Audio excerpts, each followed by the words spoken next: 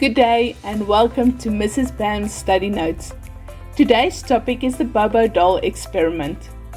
Albert Bandura's Bobo doll experiment was conducted in 1961 and aimed to investigate social learning and the effects of observational learning on children's behavior.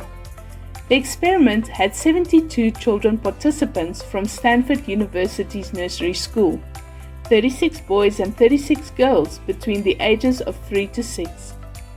The 72 children were divided into 3 groups. Group number 1 was the aggressive model group. These children watched an adult behaving aggressively towards a Bobo doll. These behaviors included hitting and kicking. The second group was the non-aggressive model group. This group observed the adult interacting with the doll in a non-aggressive manner, for example, playing quietly. The third group was the control group. This group did not see a model at all. Next, the procedures that were followed. First, there was exposure, where each child was exposed to one of the models in a controlled environment. Next was the observation.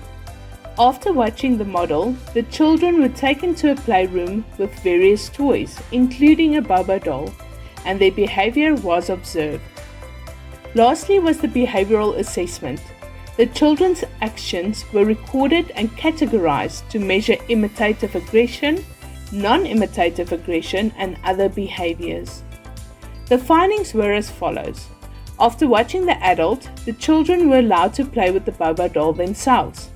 The findings revealed that children who had observed the aggressive behavior were significantly more likely to imitate it, displaying similar aggressive actions towards the doll. In contrast, those who saw a non-aggressive model were less likely to show aggression. Other findings were non-imitative aggression.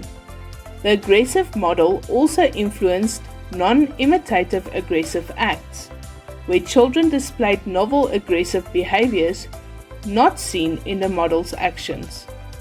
There were gender differences.